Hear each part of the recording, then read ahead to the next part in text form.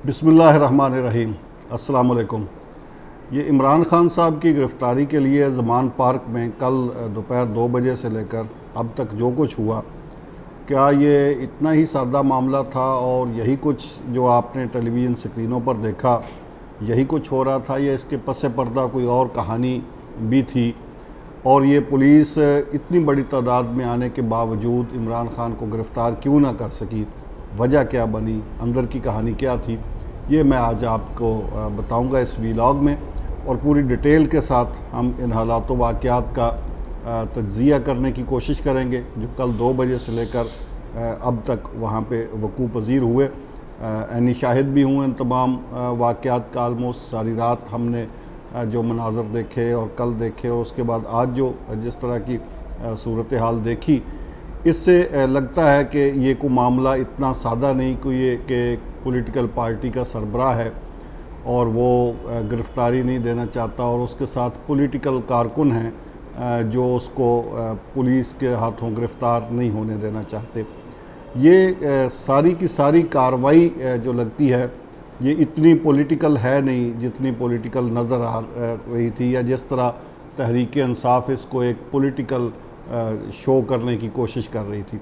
असल में बहुत खौफनाक किस्म के हक़ाइक़ हैं और ऐसे मनाज़र इस दौरान देखे गए कि जिनका तसव्वुर किसी पॉलिटिकल पार्टी से तो बिल्कुल नामुमकिन है। हाँ, अलबत्ता जो दहशतगर्द किस्म की तंजीमें हैं जो मुसल्लह जद्दोजहद पे यकीन रखती हैं, उन तंजीमों की तरफ से माजी में इस तरह के रद्द-ए-अमल और इस तरह के वाक़यात और इस तरह का तरीक़ाकार सामने आता रहा है, जो आपने भी देखा होगा। जिस तरह कुछ मजहबी इंतहा पसंद जमातों ने भी पाकिस्तान में इसी तरह का रद्द-ए-अमल दिखाया था बाज़ मामलात में, और फिर उनके साथ रियासत ने किस तरह डील किया, ये एक अलहदा वाक़या है। बहरहाल जो कल के वाक़यात हैं, हम ज़रा वन बाय वन करके उस पे आते हैं।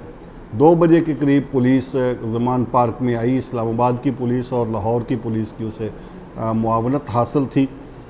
तो ये पुलिस ने और निगरान हुकूमत ने यह तय किया था कि ये जो गिरफ़्तारी होगी इमरान खान साहब की तोशाखाना केस में जिसके वारंट जारी हुए थे, इस गिरफ़्तारी के लिए जो ऑपरेशन किया जाएगा उसको हर मुमकिन हद तक पुरअमन रखा जाएगा और कोशिश ये की जाएगी कि इसमें किसी किस्म का जानी नुकसान भी ना हो और किसी पॉलिटिकल वर्कर पर या आम शहरी पर किसी पर भी पुलिस को हाथ उठाने की नौबत नहीं आनी चाहिए, उस पर तशद्दुद नहीं होना चाहिए।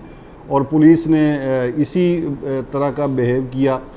उन्होंने लाउड स्पीकर से ऐलानात किए, वो जो वारंट थे, नोटिस, वो अवेज़ा करके वो गए और उन्होंने कारकुनों को भी बार बार ये हदायत की कि आप कानून की अमलदारी के रास्ते में रुकावट ना बने। इस दौरान फिर उनके मुज़ाकरात हुए शाह महमूद कुरैशी साहब के साथ। शाह महमूद कुरैशी साहब ने कहा कि हम जो है करते हैं, कोई दरमियानी रास्ता निकालते हैं और चेयरमैन से इस सिलसिले में हम बात करते हैं। उसके बाद शाह महमूद कुरैशी साहब अंदर चले गए और वापस नहीं आए। इसी दौरान तहरीक इंसाफ ने की लीडरशिप ने, इमरान खान साहब ने, शाह महमूद कुरैशी ने, हमाद अज़हर ने, फवाद चौधरी ने, इन लोगों ने ट्वीट्स किए और कारकुनों को कॉल की कि वो यहाँ पे आए। अब यहाँ पे कारकुन इकट्ठे हो गए और उसके बाद पुलिस पर पथराव शुरू कर दिया गया और पुलिस ने भी पहले तो कुछ देर सब्र व तहम्मुल का मुज़ाहरा किया, लेकिन जब पथराव ज़्यादा बढ़ा तो फिर उन्होंने भी आंसू गैस के शेल फेंके, वाटर कैनन इस्तेमाल किए और ये जो मनाज़र शुरू हुए थे ये वक्फे से तकरीबन सारी रात जारी रहे। ये तो थे ज़मान पार्क में इमरान खान के घर के बाहर के मनाज़र, जहाँ पे पॉलिटिकल वर्कर शहर के मुख्तलिफ़ एरियाज़ से इकट्ठे हुए थे और वो पुलिस के साथ मुज़ाहमत कर रहे थे। और उनकी मुज़ाहमत में ज़्यादातर जो उनके पास हथियार था कारकुनों के पास, वो लाठियाँ थी और दूसरा उन पथराव के लिए वो पत्थर थे उनके पास। और वो पत्थर उन्होंने कुछ तो उनके पास थे, कोई ईंटें वगैरह थी, कुछ उन्होंने फुटपाथ उखाड़े, वहाँ टफ टाइल्स उखाड़ी और उनको पत्थर की शक्ल बनाकर उनसे हमले करते थे।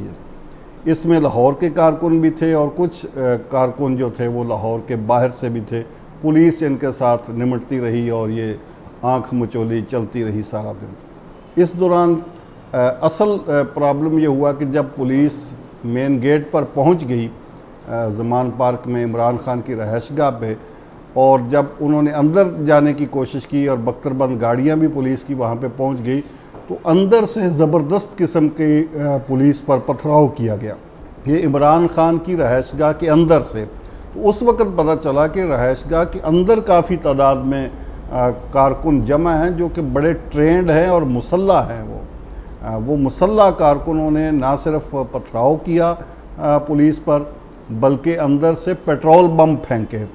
और वो पेट्रोल बम अंदर ये पेट्रोल बम बनाकर फेंकना ये किसी पॉलिटिकल वर्कर का काम नहीं है, ना ही उसकी ये ट्रेनिंग तरबियत का हिस्सा होता है।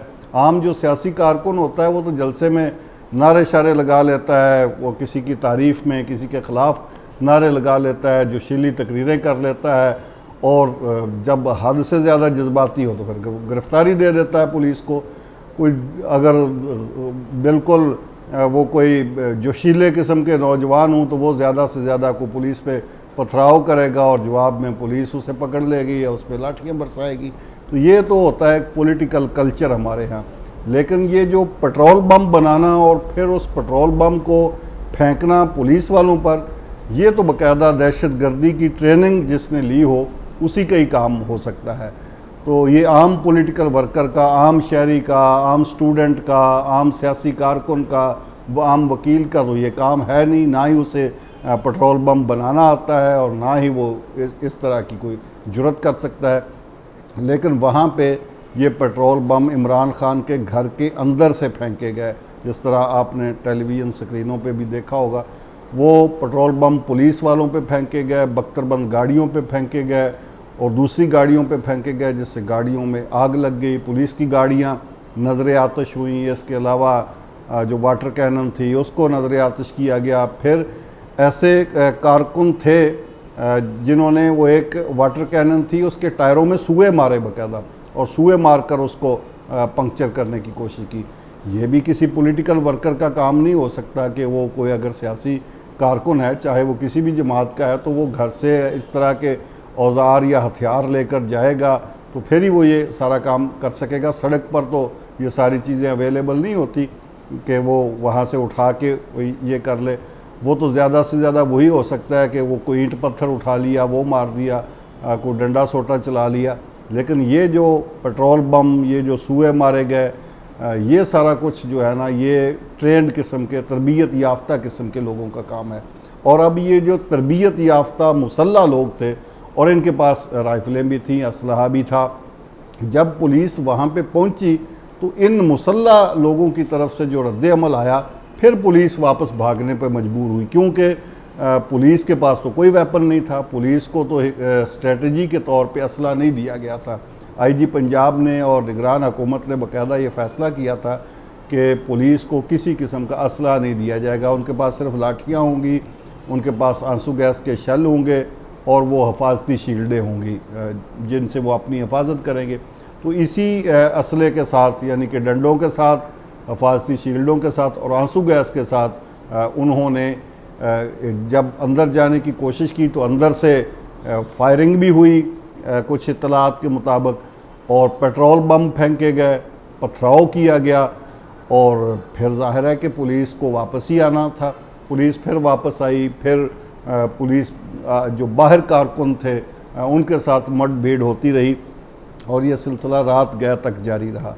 रात को एक बार फिर फैसला हुआ और इस दौरान अच्छा इसमें कितना नुकसान हो गया। एक डीआईजी ज़ख्मी हुए, एक खातून एसएसपी ज़ख्मी हुई, इसके अलावा कई गाड़ियां नज़र आतश हुई, मोटरसाइकिलें जला दी गई, पुलिस ने शेलिंग की, जिससे पूरे इलाके में ये सारी जो स्मेल है आंसू गैस की वो फैली रही।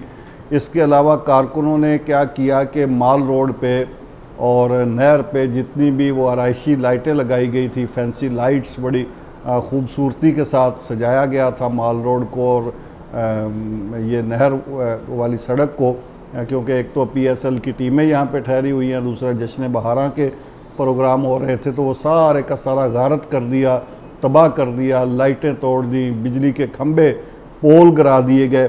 अब ये भी बिजली के पोल गिराना, ये भी किसी आम सियासी कारकुन का तो काम नहीं हो सकता। तो ये भी एक बाकायदा ट्रेंड किस्म के लोग थे जिन्होंने इतनी तोड़ फोड़ की, मोटरसाइकिलों को आग लगाई, गाड़ियों को आग लगाई, पथराव किया गाड़ियों पर, फुटपाथ उखाड़े, टफ टाइल्स उखाड़ी, ये दरख्तों को आग लगाई। दरख्तों को आग तो चलें इसलिए भी लगाई जा रही थी कि उससे आंसू गैस के असरात कम करने की कोशिश की जा रही थी, लेकिन ये सारा एक पुरतशद्दद किस्म का सिनेरियो क्रिएट किया गया। मेरा इसमें जो ऑब्ज़र्वेशन थी वो ये थी कि ये आम सियासी कारकुन नहीं है, ये बाकायदा तरबियत याफ्ता लोग हैं, और ये लाहौर के लोग भी नहीं हैं। इसमें बहुत कम तादाद लाहौर के लोगों की थी, ये लाहौर से बाहर के लोग थे। दूसरा, जो ज़मान पार्क के इमरान खान के अंदर, घर के अंदर जो लोग थे, एक तो मैंने जिस तरह बताया कि वो पेट्रोल बमों से मुसल्ला है, उनके पास असलहा है।